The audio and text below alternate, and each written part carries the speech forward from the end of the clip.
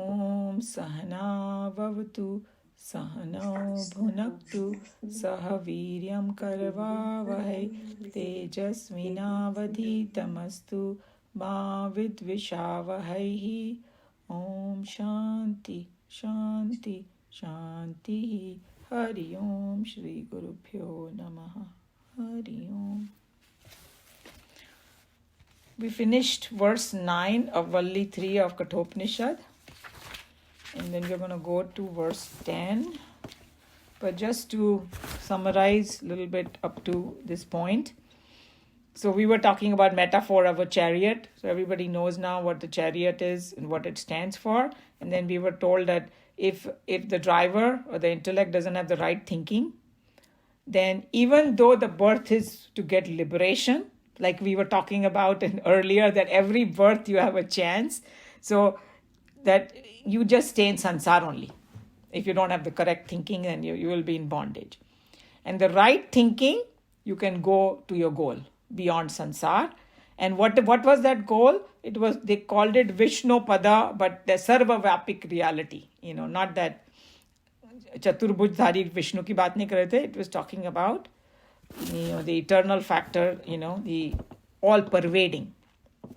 And that was indicated by Om also, symbolized by Om, that state.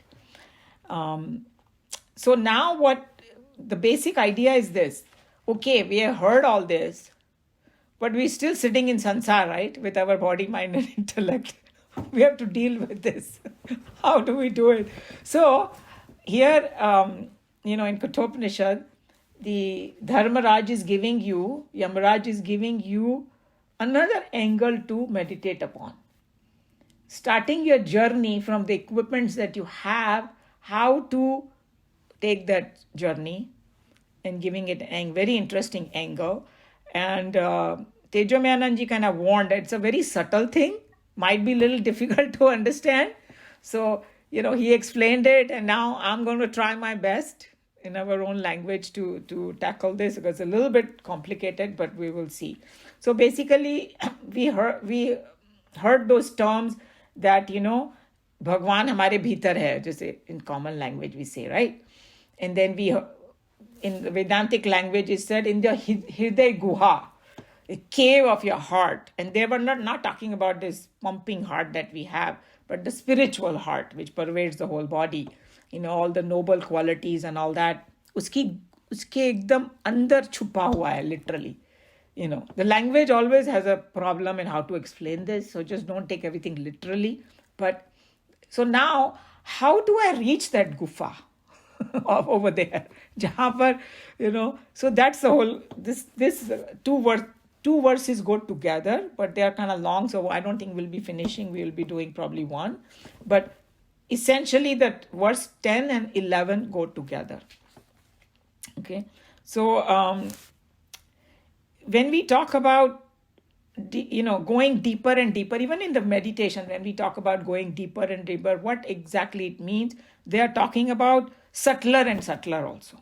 That's another way of looking at it. More pervasive, more subtler, more deeper, or you can say higher and higher state. There are different way to explain this, right? A different gradation. So what Tejomayananji was explaining that, okay, मेरे को एक mountain पे चढ़ना है, right? मेरे को उस peak पे जाना है, तो मैं एकदम उछल के तो नहीं जा सकती, right? I gotta go in stages. I gotta go deeper and deeper. So to understand, that to journey to the gufa, how does it start? So that's where this verses kind of come in. So let me just do this verse 10 first. It's still half of the journey. 11 may wo complete hoega. But at least to understand up to the half point. So here is a verse 10. Indriyebhya parahyartha arthebhyascha param manah manasastu para buddhihi buddheratma mahan parah. A very similar verse is in Bhagavad Gita with a slight tweak in it, but the idea has come from here only. Indriyebhya is then the senses, means comparison, then the senses. Para is superior. He indeed artha, sense objects. So basically saying sense objects are more superior, meaning more subtler, more higher than the sense organs. And we'll see what it means. Arthebhya, than the sense objects. Cha is and, param is superior. Manaha, the mind. Manas, then the mind. Manasa. So यहाँ पर मन और बुद्धि, all those kind of things are coming in.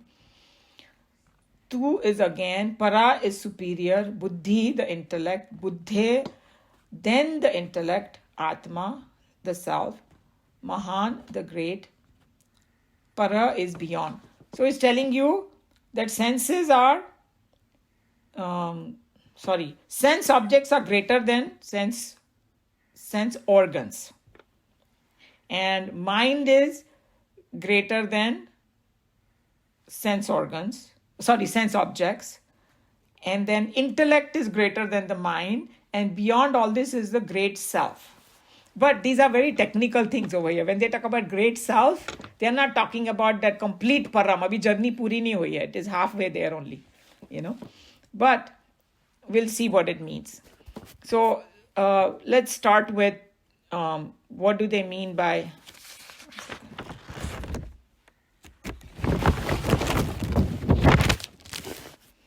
What do they mean by this relationship between sense organs and sense objects? Because it said over here, sense objects are more superior, because that creates a lot of confusion in our mind, and I'll tell you why. First of all, everybody knows the sense objects, what they are. Sense organs. Now I have to be careful what I'm saying.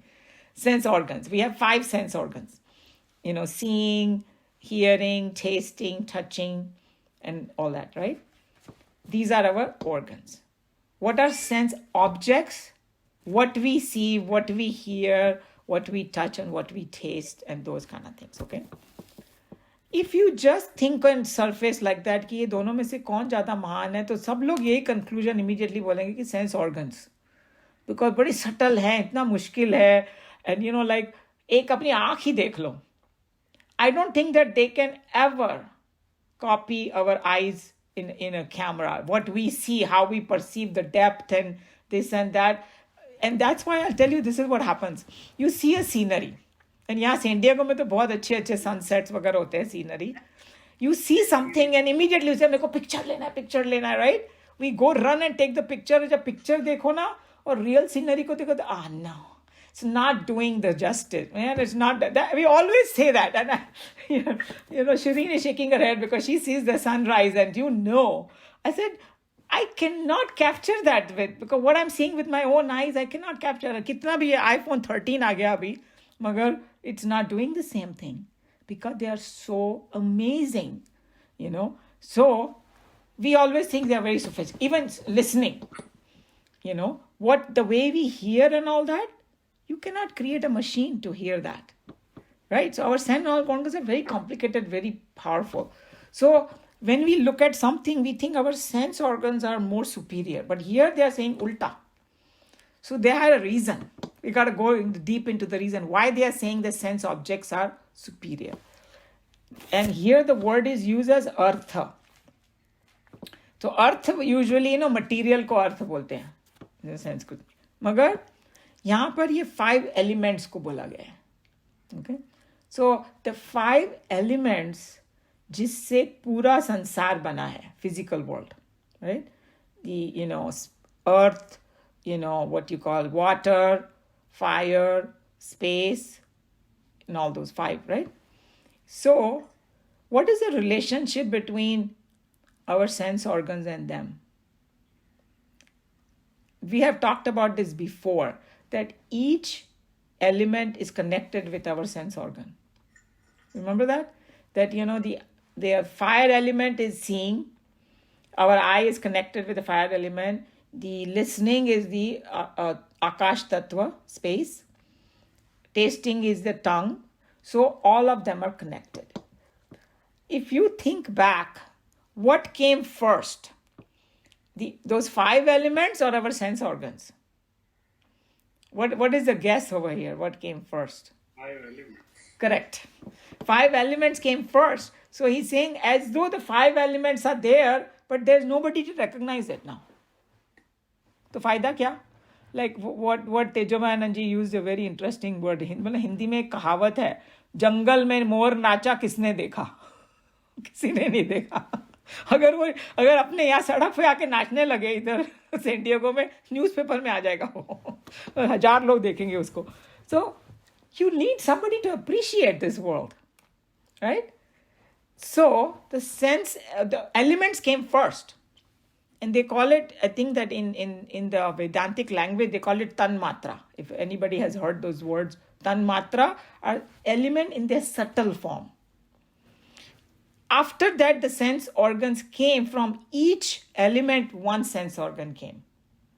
Okay, that's how the whole history is of humanity. So the sense organs, they connect to each element, so that ears can only hear. Ears cannot see, because it came from that element. That's what it connects to. Okay. So now you think, कौन महान है?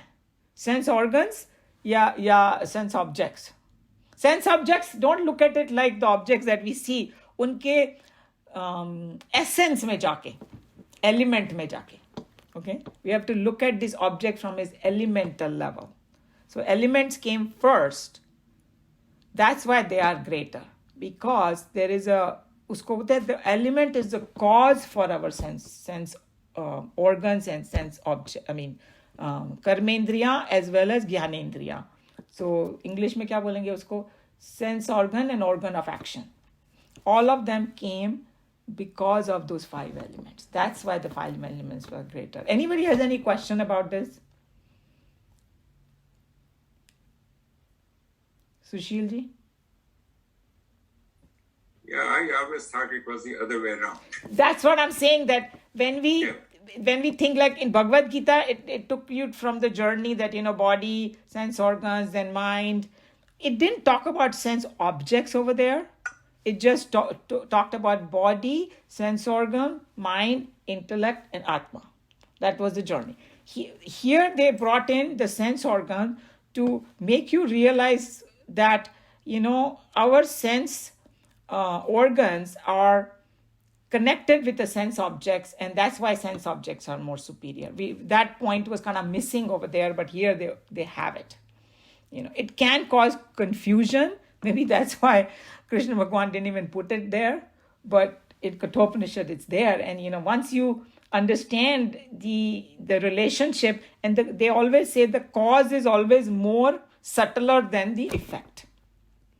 True, Umaji, what Sushilji is saying, right? Because in the other book that we are doing, it's the other way around. Which other book? We're doing right now, Drishya Viveka. It talks about sense objects. Yes, and then and each is connected to the sense organ. It's just the reverse for the first 2. Okay, so here, you have the Swamiji's commentary too, right? Right. That's why I was having so much struggle, because understand this one.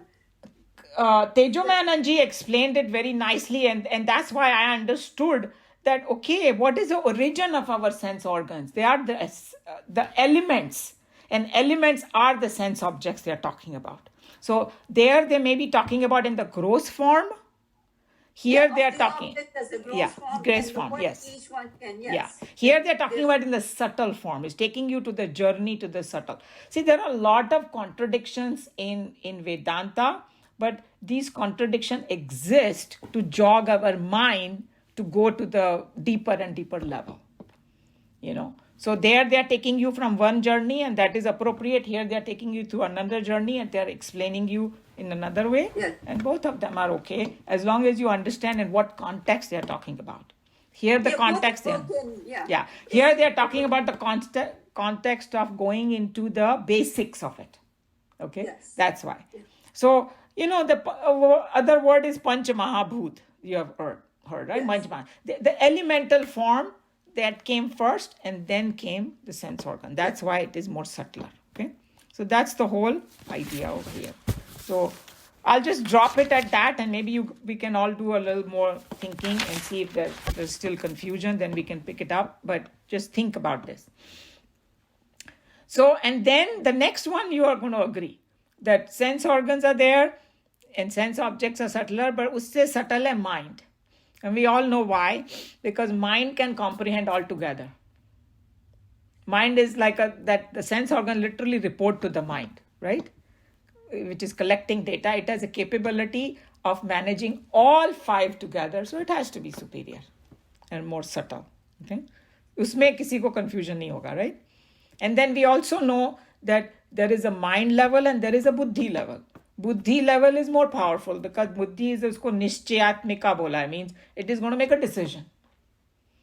It's going to give orders. It's going to create a report and give order. How is it going to create a report? It's going to go in the memory bank and it's going to analyze everything. Okay, you saw something. It's going to analyze fatafat and it's going to give you, if you need to act, it will give the orders.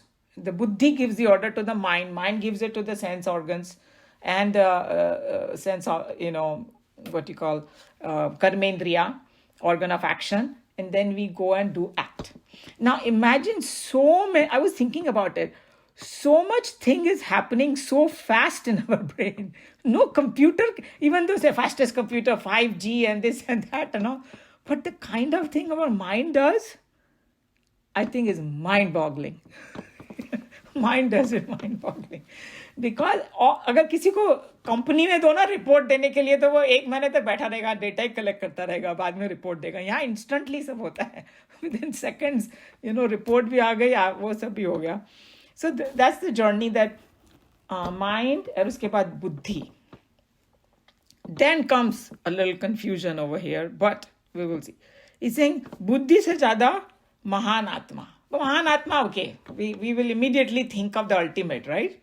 But here when they use the term Mahan Atma, they are talking about at a slightly different level than that all-pervading we were talking about. Shuddha Atma ki baat nahi kar rahe hain wo.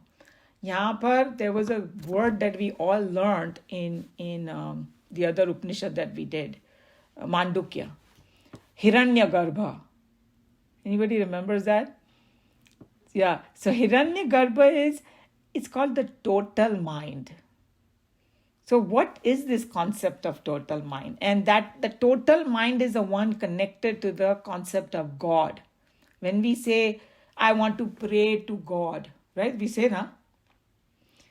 So abhi humne sikha कि जो at a very highest level, that Brahman में कोई फर्क नहीं आता है.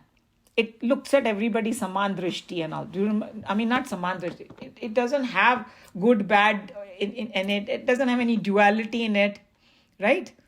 So then, when we say pray to God, which God we are talking about? That's what Tejomayananji asked. That is that Mahan Atma you're talking about. And it's nothing but the total intellect. Okay? How do we understand this total intellect? So this is how we explain. I'll try my best. So he's saying that when we talk about, Atma in us, right? Basically what it is, that same Parabrahma, when it expresses through my body, I call it Atma. It's like this entire space, and now I build a house, so whichever space is inside my house, I call it my space. Maybe a illusion, whatever, but at least I call it right there. Same way when that consciousness is expressing through an individual, I'm calling it Atma. What is Paramatma? Is not even Parama. That may not be the correct word over here. I'm trying to explain.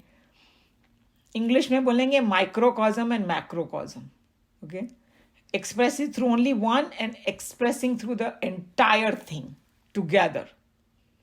That is that God principle. Then it becomes that Brahma, Vishnu, Mahesh. So total mind, we have a very hard time kind of connecting to it, but an individual mind cannot function without the total mind because we are all connected. So जो कुछ भी संसार में होता है ना, ये क्या बोलते हैं, कर्म फल ये वो, उसका सारा चक्कर वो टोटल माइंड से ही होता है. That's why they say that when we do some action, we don't even know how many people it's going to affect in what way. But there is a hisab being kept, and that's been kept by the total mind. Because the Brahman at the highest level doesn't do anything. It's like a sun shining and everybody's doing the work. But there is something called total mind, which is, which we call God, which we pray to, which we have a relationship with. We can have a relationship with total mind rather than that Brahman. Because that Brahman, we cannot have that kind of relationship like we have with, like say Brahma, Vishnu, Mahesh. Because they represent the total mind, and udhar se hi wo avatar वगैरह सब शुरू होता है. Okay. And the total mind, where you call it, is the Ishwar. Ishwar. So that's the technical word given in like Vedanta. Ishwar. True. One is Brahman, one is Ishwar. So Ishwar, and then further Ishwar gets divided into three: Brahma, Vishnu, Mahesh, according to the function. So when they are talking about the Mahan Atma over here, they are talking of the Ishwar. That's what I'm basically trying to explain. So I know it's a kind of a difficult thing, but you have any question or comment or how to explain it even better than what I did? Maybe somebody wants to make an attempt, Because the other point is, he was making, Tejomayi Anandji also made that point, and Swamiji is going to make in his comment too. We are not like a separate entity in this universe. Sometimes even I might say, oh, this was my original idea. He's saying, hey, don't worry, this is not your original idea. It all exists in that totality. And then he was saying, hey, your original idea also suddenly doesn't drop from the sky. It's all connected with your own thoughts and advertisement that you see, and whatever you see in the world. For example, Shireen writes beautiful poetry, right? She looks at the whatever rainbow and all, she wrote the poetry, or the clouds, or sky and all that. That sky exists in the totality only, right? That's how she got the idea. So from that perspective, nobody can claim that, hey, this is my original idea, because if you didn't have all these other supplies, you wouldn't have this. That's why it's not my original idea. See what I'm saying? So it's usually our ego that says that it is my original idea. Actually, nothing is original. And in fact, he also made a comment, Tejomayi Anandji, that sometimes, somebody will ask a question to the guru, and that person is thinking, my question is so smart, or nobody ever came up with this question. This is my best question. And the guru said, "Baih jao udhar hi. Ye question 1000 saal pehle kisi ne pucha tha." Because it's all connected together and everything is coming from that totality.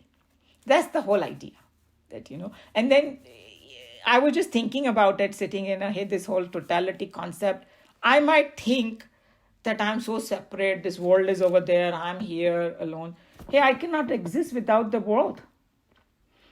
And the example given by Tejomayi Anandji was the ocean. If the wave thinks I am separate, the wave cannot exist without the ocean. It is connected with the ocean. So the wave may just come somewhere, बाहर निकलेगी, फिर वापस विलीन हो जाएगी. So like that, only thoughts come in our mind. And those thoughts have the origin from this universe only. From somewhere, it has just risen. Nothing is original. It's all together. And that's why even this idea of, hey, we are very advanced stage right now, this, that, hey, how do we know? Maybe 5,000, 10,000, 20,000 years ago, they were more advanced than us. That already happened. How do you know that we are the only advanced age or something? So we should not have that kind of arrogance that, hey, this is my original idea and all that. And then Tejomayi Anandji even joked. He said, you can say in this world, I have a copyright. So he's saying, you might say you have a copyright, and the other guy will say, I have a right to copy. And he will go and copy. I thought that was really good. So basically, ये महान आत्मा को एक और term भी use किया है. Whoever has studied Vedanta before, it's called Mahatattva. Mahatattva. Like the total intellect. So different names are given. You can call it Ishwar, you can call it God, you can call it total intellect. And then Tejomayi Anandji was explaining that we have this term in English that the God is omniscient, omnipresent, And what's the third one? Omnipotent. Yeah. Yes. So omnipotent, omniscient, omnipresent. So what is the meaning of it? He's present everywhere. So he's saying Jivatma is kind of opposite of that because it is just expressing through one little entity. This is a totality. Totality is going to be more powerful and more subtle. No doubt about it. So when you're individual, so you are not all knowing, you're just little bit knowing. No matter how many PhDs you got, it's going to be still a very small, your knowing compared to the all knowing, right? Present everywhere. You are only, because you are in body, mind, intellect, you are an entity present in one place, but this is present everywhere. And then all powerful, we are like little, we also have Shakti. Everybody's got some Shakti to do this, to do that, but it is small. But when you talk about total mind, it becomes omnipotent, you know. So that also explains these three words also, that relative speaking. So he's talking about, so now let's look at the journey that he's taking, that the objects or the subtle level are more higher, mind is higher than that, intellect is higher than that, Mahanatma is higher than that. So in this verse he's taking up to that, and then in the next verse he's going to talk about that concept of Maya, or avyakta he calls it, unmanifest form. You know, and then he's going to say Purusha means that is that final goal that we are talking about. You know, we can call it the Brahman, or we can call it, that is, at that level, everything becomes one. Because there is nothing else than Purusha. Because somebody will say, okay, you take your journey, uske baad kya? No. That Purusha becomes final, because that Purusha is all pervading, and that's the only thing there anyway. You know, there's no other thing anyway. So if you reach that state, then you got the goal of life. Basically, that's what the journey is about. I hope I didn't confuse everybody with this, but I tried my best. Any question, comment, or somebody want to explain it in a different way?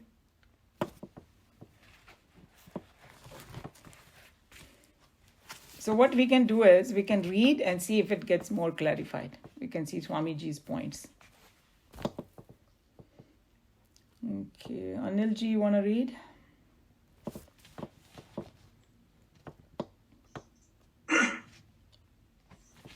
Beyond the senses are the sense objects. Beyond these objects is the mind.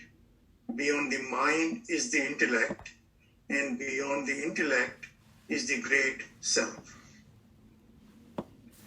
This and the following mantra together provide the sadhak with a line of thinking which he could pursue during his deep meditations upon the immortal and the external essence, which is the core of his existence. Isn't it eternal essence? Eternal, right? Eternal, yes. Yeah. Sorry. Earlier, we had already explained that in the language of our philosophical textbooks, beyond or within indicate the comparative subtleties between the two or more factors, subtleties in such cases being measured by the greater pervasiveness of one factor over the other. The Shruti here starts with the grossest manifestation of truth, and slowly guiding the student through degrees of greater and greater subtleties, ultimately introduces him to the very realm of the subtlest of the subtle, the Atma that resides in the holy of the holies in us. Okay, so this everybody understood is taking you to the subtle journey, and we had discussed that subtlety means more pervasive, and you know that's what it is. So this mantra is clearly echoed in Gita. You want me to read this? Indriyani? oh, The verse from Gita? it is मेरे में नहीं लिखा हुआ है, but it's up to you. Yeah, if you can skip it or read Okay, it. I'll just let it go. The meaning of the various portions of this mantra, though clear in themselves, present some obvious difficulties in understanding the opening statement that the sense objects are subtler than the sense organs themselves. Modern science explains to us that there is no mechanism conceived of by man in his laboratories which is as subtle as the pure dictaphone provided in our ears or the ready camera adjustments of our eyes, or for that matter, the sensitive equipment in our organs of touch or taste. So he's just telling you that how subtle are our sense organs. So we might think that they are the subtle, but then he's going to take you to another angle. Huh? None of the above has ever been beaten, even by the best of the discoveries of man, even during this era of science. Yet the Shruti dares to declare that subtler than the sense organs are the sense objects. It is natural then that the students reading and pondering over this mantra should come to wonder how the forms are greater than the eyes, or the sounds greater than the ears, or the taste greater than the organ of taste. This portion of mantra is explained by teachers to their disciples in the Himalayan valleys very clearly. For example, this very sadhu found it difficult to gulp this statement down and had to approach his master for extra explanations. Doubts in philosophy have a knack of exhausting the student at their very first appearance, and when the explanations come from a true master, all of a sudden the student finds himself wondering how the doubts ever arose at all in him when their explanations were so simple and obvious. So here he's telling you that he himself had that doubt, Swamiji, when he was studying with his master. And he said once he asked the master and the master gave the answer, then he was wondering, how did I have this doubt? This explanation is so good.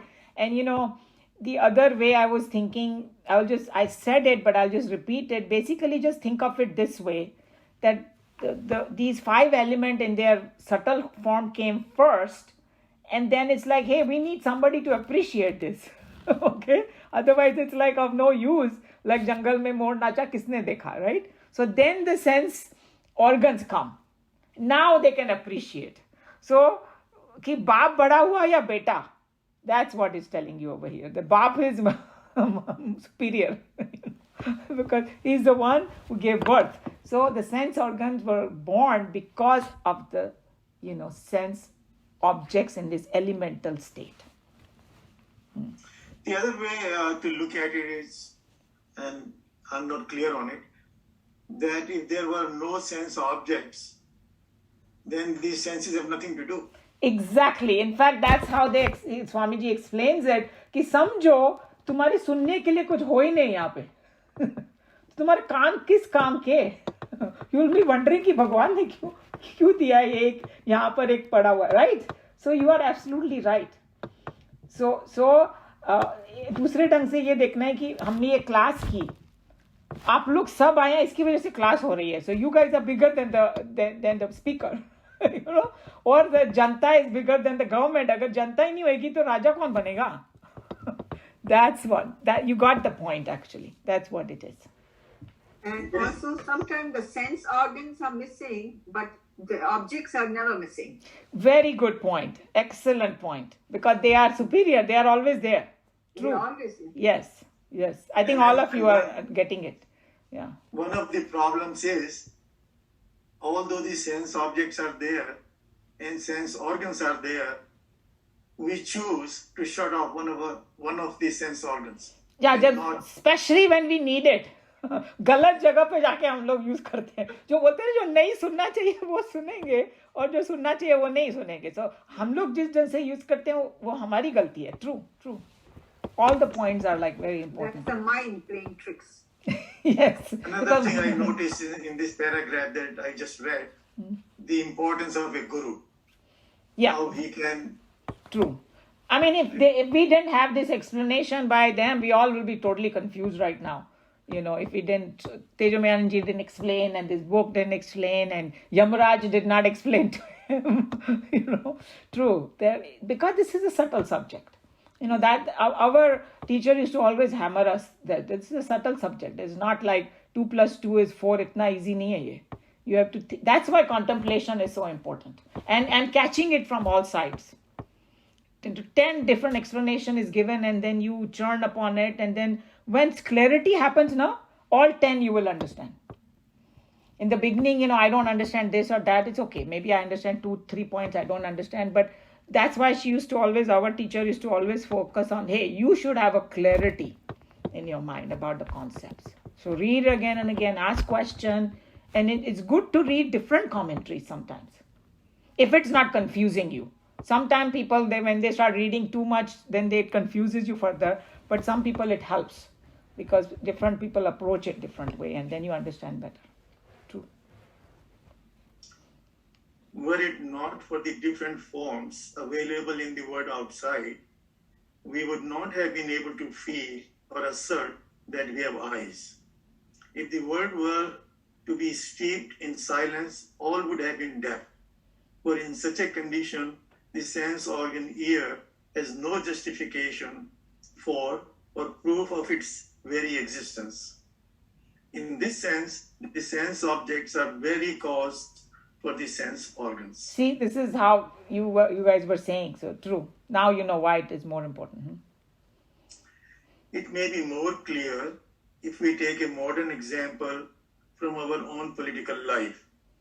The President of the Indian Republic, or for that matter, the very Parliament itself, would not have any existence if the Indian Janta were not there. The people of a country is the cause for the state and for the government of that country.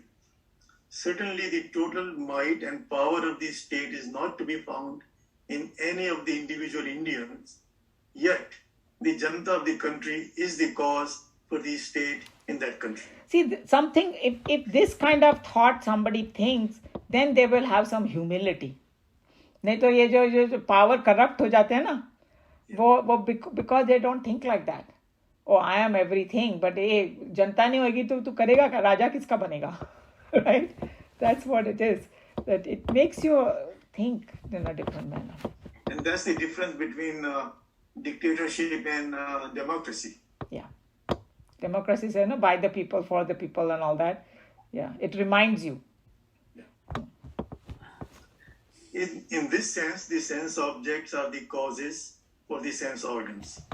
Since cause is always subtler than its effects, the Shruti is fully justified in explaining to us that beyond the sense organs lie the fields of sense objects, such as form, sound, taste, smell, and touch. Beyond the objects is the mind. The significance is self-evident. Mind is certainly much more subtler than the causes of sense organs. But for the mind, the sense impulses reported by the sense organs as they come in contact with the sense objects would not have been registered and synchronized together to give us the total impression of the objects as the table, the chair, and so on. So this is easy to understand. Because of the mind, we have everything is come together and we can see as one piece. Otherwise, if agar pancho indriya is doing their own job separately, it's like, the clerks are doing their job and nobody is there to put the report together. They're total waste. But that's why mind is more superior. Mind is the boss here. Yeah. But Umaji, mind, depending on your makeup, doesn't always present the true picture. That's a separate story. Yeah, right now they're just talking about subtlety, but that's why they say pure mind. बार बार यही बोलते हैं ना, क्योंकि अगर समझो clerk ने गलत दिया रिपोर्ट, डेटा, तो फिर माइंड भी गड़बड़ करेगा और माइंड ने मैनिपुलेट करना शुरू कर दिया, है ना, तो रिपोर्ट तो एकदम रॉन्ग हो जाएगी. So all those factors are there, but here right now they're talking about hierarchy, Beyond the mind is the intellect. In our early discussions on the fundamental principles of Vedanta, we had discussed the scope and structure of the human mind when we said that the mind is the receiving and dispatching clerk in the inner secretariat. The mind receives impulses sent by five sense organs and synthesizes them into one consolidated report and passes it up to the intellect. So mind may be thinking I'm the boss, but now they're telling no, wait. Mind is just a chota boss. उसका भी एक superior बैठा हुआ है वहाँ पे. That's the intellect. Yeah. But the problem is, this struggle between intellect and mind goes on. Yes, and that's why that once you close that gap, if everybody becomes क्या बोलते हैं जो कोई रिश्वत नहीं लेता हो, कोई घूस नहीं खाता हो, जैसा हो वैसा बताता हो, रिपोर्ट कितनी अच्छी आएगी, right? That's the whole idea कि cleansing at every point. Yeah. Sense organs, getting the right thing, and then mind is just collecting the data. And mind अगर clerk जाके decision लेना शुरू कर दे तो company का तो 12 बज जाएगा, because the clerk does not have the bigger picture. Sometimes you may not like your boss, but the boss knows a lot more stuff than you. That's why he's sitting over there, because he has a connection with other bosses and all that, whatever, like in a company. But सब लोग को लगता है ना कि मैं boss होता तो ऐसा करता. Whenever there is some group discussion going on about politics, so I always joke. I say सबको लगता है मैं president बन जाऊँ ना, सारे problems solve कर दूँ मैं दुनिया के. But so that's what it is, that all the points are well taken, that the whole journey is to purify at each level everything. The decisiveness of the intellect is that which finally disposes of the fire. There the impulses received are checked up with the previous experiences of similar impulses, which are stored away in the memory, and with reference to and in terms of the past experiences, the present impulses are revalued and correctly classified. The intellect thereupon passes down its judgment, which in its turn is for the necessary execution of the orders pushed back by the mind to the five sense organs, who implicitly act as they are required in the outer fields of the sense objects. So everybody understood, we had discussed about this, that how the whole process happens. The intellect makes a decision, then orders, tells the clerk to go tell the sense organs to go act. तो हमारा जितना भी action होता है ना, वो इस process के through जाता है. It happens everything so quickly, but it does go through this exact process, that how it happens in our mind. Here the scheme of inner government is so elaborately discussed only to show the greater importance the intellect has over the mind. The scripture is perfectly justified in making her statement that the intellect is subtler than the mind. So everybody agrees that intellect is subtler than the mind. Beyond the intellect is this great self. Naturally so. The great self is what we have so far discussed in our earlier lectures as the total mind or the total intellect, the Hiranyagarbha. In our false sense of egoism and delusion created sense of separateness, we presume generally that we think our own thoughts totally independent of the thoughts of the others. We also presume that our thoughts are exclusively our own, and nobody need worry about the texture or the quality of our individual secret thoughts. This is an absurd and false statement worthy to be blabbered only by a thoughtless, uneducated barbarian. Nobody can think even a single thought is absolute